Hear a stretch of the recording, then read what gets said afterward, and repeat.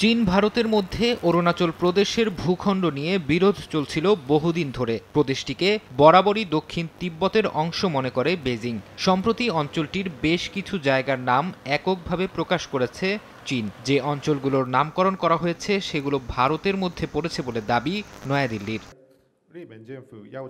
চীনের বেসামরিক নাগরিক বিষয়ক মন্ত্রণালয় অরুণাচল প্রদেশের স্থানগুলোর সবশেষ নাম প্রকাশ করে চীন বলেছে, প্রদেশের ২৭টি স্থানের নাম চীন তাদের মতো করে পরিবর্তন করেছে। এর মধ্যে রয়েছে ১৫টি পাহাড়, ৫টি আবাসিক এলাকা, ৪টি পাহাড়ের গিরিপথ, ২টি নদী ও ১টি হ্রদ।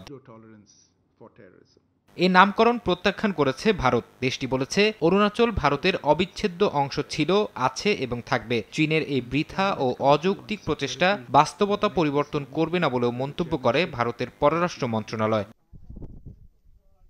অরুণাচল প্রদেশের বিভিন্ন জায়গা নিজস্ব ভাষায় নামকরণ আগেও করেছে চীন। ২০২৪ সালের এপ্রিলে চীন তার নিজস্ব ভাষায় প্রদেশের ৩০টি স্থানের নাম পরিবর্তন করে। এর আগে ২০১৭ সালে অরুণাচল প্রদেশে ৬টি স্থানের নাম পরিবর্তন করা হয়। এরপর ২০২১ সালে ১৫টি এবং ২০২৩ সালে ১১টি স্থানের নাম পরিবর্তন করেছিল চীন। ফরহাদ চৌধুরী, সময় সংবাদ।